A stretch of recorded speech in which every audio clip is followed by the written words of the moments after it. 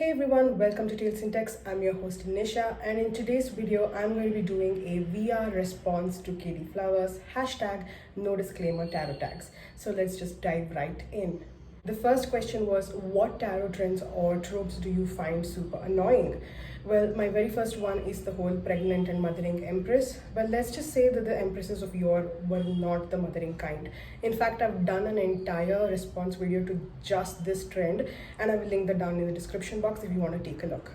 The second trend and trope that I find super annoying is using plus size people to represent court cards, specifically the Pentacle cards. Given that the Pentacles is a card that deals with acquiring material wealth and luxury, including things like food and comfort items, it makes me feel, especially when a deck contains a plus size person only in the Pentacle suit and only in the Pentacles court, it makes me feel like the creator is sort of referencing this plus size person as slovenly, as someone who is lazy, as someone who is just interested in acquiring material benefits and material things and just sitting on their ass and not going out and doing anything else. And that just makes my blood boil. A third trend that I find super annoying is believing that the 78 Degrees of Wisdom by Rachel Pollack is the Bible that every tarot student must read. Now, I have no shade against Rachel Pollack. I think she has done a phenomenal job and phenomenal contribution to the tarot community. So kudos to that. But just this book, 78 Degrees of Wisdom, doesn't feel like such a great book, at least in my opinion. As I was reading through the book, I found that there were many instances where Rachel has taken information from multiple traditions, multiple resources, multiple cultures, and sort of just made them into a mishmash of potpourri in the book in order to just prove her opinion or her perspective about the tarot.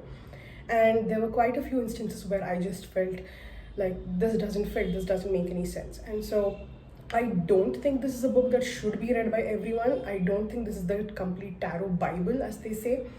You can read it if you want to expand your horizons, but I wouldn't take everything at face value, and I would say just take it with a pinch of salt. The final trend and trope that I'm really annoyed with is believing that everything in the tarot and spiritual community is driven by capitalism. Now, to an extent, that is true, I will admit it. The desire for making money is, of course, rampant in the world, and tarot and spirituality have just become the new commercial tools for businesses to make money. And this commercialism, this capitalization has led to a lot of problems such as child labor, the destruction of forests, the illegal mining. In saying that, capitalism does have its positive benefits, and don't look so shocked, and I'll tell you why. India, for example, has a very large population of poor people, and there are not enough jobs to feed everyone in a non-capitalistic way, if such a thing ever exists. If you're born in this world, you are born right into the arms of capitalism.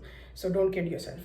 Secondly, capitalism is what allows these poor people to put food on their family's plate, to send their kids to school, to at least have some sort of dignity in their lives. So capitalism does have a lot of benefits. Capitalism allows people to lead a life of dignity and quality of life that is not possible otherwise. So let's just take a moment to segregate between what is the good of capitalism versus what is bad about capitalism, instead of just painting capitalism as this evil thing that's sucking the world dry. It's not. A lot of poor countries actually pay their debts to other countries and debts to themselves and feed their populations because of capitalism. So hold your horses. Capitalism can be good. The next question that was there in the no disclaimers tarot tag was the decks. Which decks do you feel are super overrated? One is the Tarot of the Divine, which I absolutely hate. And I've done a complete video about why this deck is completely wrong, culturally appropriated, and actually offensive to people of color. And I will link that in the description as well. I've made a complete detailed video about it, and it isn't just me who feels this. I've actually had people of different cultures, different faith, and different people of color from across the world contact me and tell me on different social media channels that Yoshi Yoshitani has done such a huge blunder with this deck, and the deck is offensive to their culture, just as it was offensive to Hinduism, that is my culture.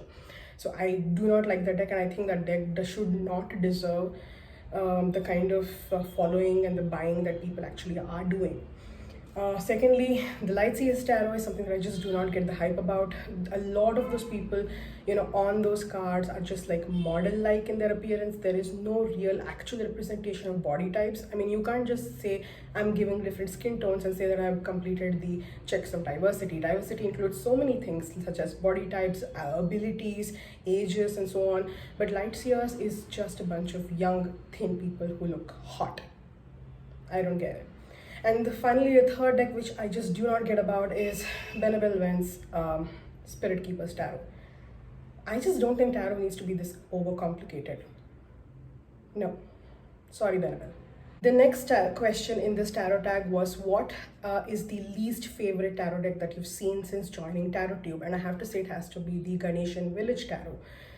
It is extremely offensive to Hinduism because, let's just face it, okay, first for some context, the Ganeshan Village Tarot is supposed to be about this group of this village which is populated by Ganeshas. Ganesha is the Hindu deity, is one of the most important Hindu deities, and it's supposed to be a village filled with Ganeshas who are found in different positions, in different life situations, and so on. Now, first off, right off the bat, this is a very offensive deck because if you know anything about Hinduism, you know that Ganesha is a brahmachari, which means Ganesha is unmarried, does not have children, does not have wives. Now, you may have come across some myths which says that Ganesha has two wives. Well, frankly, it is not referring to a real wife, that is a proper woman. It is talking about Ganesha's inherent qualities of being someone who can get rid of obstacles, who knows the path towards righteousness. That is what it means. It's on a philosophical level. He is wedded to these ideas. So the concept of someone coming in and saying, hey, I've got a bunch of Ganesha babies walking around, let's just make a deck about this and make a shit ton of money and take it home, just doesn't sit right with me. And I would strongly urge you to please do not support this deck.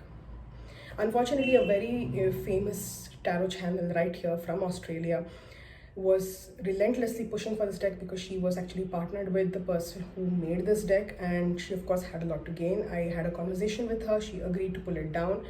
Then it got back, then her videos on the Ganesha Village Tarot were again back up on YouTube and Instagram within the week. I again reached out to her, she pulled it down again, and they came back again on YouTube and Instagram a third time, until I'm pretty sure she blocked me the final time because I couldn't see her channel anymore after that. So that just should tell you how far and how deep this evilness, according to me, goes. And again, you know what, I have no problems with creators wanting to explore other traditions, but I feel like you need to do your research and consult people who are from that tradition so that you do a good job. You can't just do shoddy stuff and expect to be lauded for your creativity.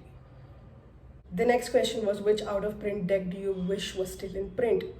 I don't have any deck like that because I don't really care that much about out of print decks. So I'm gonna just pass this question. The next question in the tarot tag list was, what are some of your tarot tag pet peeves? I think the first one about my peeves about the trends and tropes sort of underlines that. But one pet peeve that I do have is the inherent focus on setting up sacred space and creating a particular aesthetic when you're doing tarot readings for yourself or for others. I've found that focusing too much on creating the aesthetics and the sacred space can actually distract you from the actual reading or from committing to the reading, because you're so focused on how the space doesn't look good enough to do the reading that you actually fail to do the reading. So which I feel like we should kind of step back from, because not everything is about the perfect Insta image and aesthetic, right? Your reading should have meat and substance and should give you value, actionable insights on how you can live your life or how you can help other people live their lives, and shouldn't just be about having that pretty candle or that pretty crystal and things like that. I've in fact made an entire an entire video on how to reconnect with your tarot practice if you've kind of gone away from it, and I list a lot of reasons why tarot readers kind of find it difficult to continue with tarot sometimes and how you can get back, and I speak my personal experience over there. The next question was, which decks do you feel should have more recognition in the tarot community? And I think there are two decks that come to my mind. One is the Everyday Enchantment Tarot by Poppy Palin, and the other is the Harmony Tarot by Harmony Nice. Now, the Everyday Enchantment Tarot is a very diverse deck, and I mean diverse in really diverse. It's got people of different color, people of different disabilities, people with of different ages, people in different of different gender and sexual orientations. That deck is absolutely freaking amazing, and it's an unfortunate thing that it is not that well used in the larger tarot world. The second is the Harmony Tarot, which I really like, because especially if you're like me, you enjoy working with pip decks, but you are tired of seeing the same old geometric shaped pip decks, or decks that just look like traditional playing cards. And then the Harmony Tarot is really great because the pips are replaced by flowers. Each season or each suit is represented by each season, and each season is corresponded with a particular flower, and it makes for a really kind of springtime, summery, fresh and breezy deck. The final question in the tarot tag video is, what do you think about negative reviews? I really love negative reviews because we need that discussion. We need to have dissent, because dissent creates change, and change is needed to get ahead, not just in the world of tarot, but in the world, in every part of our life.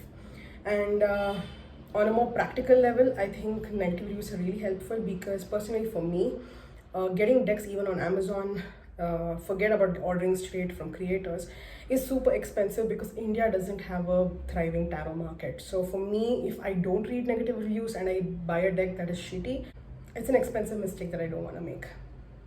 That's it.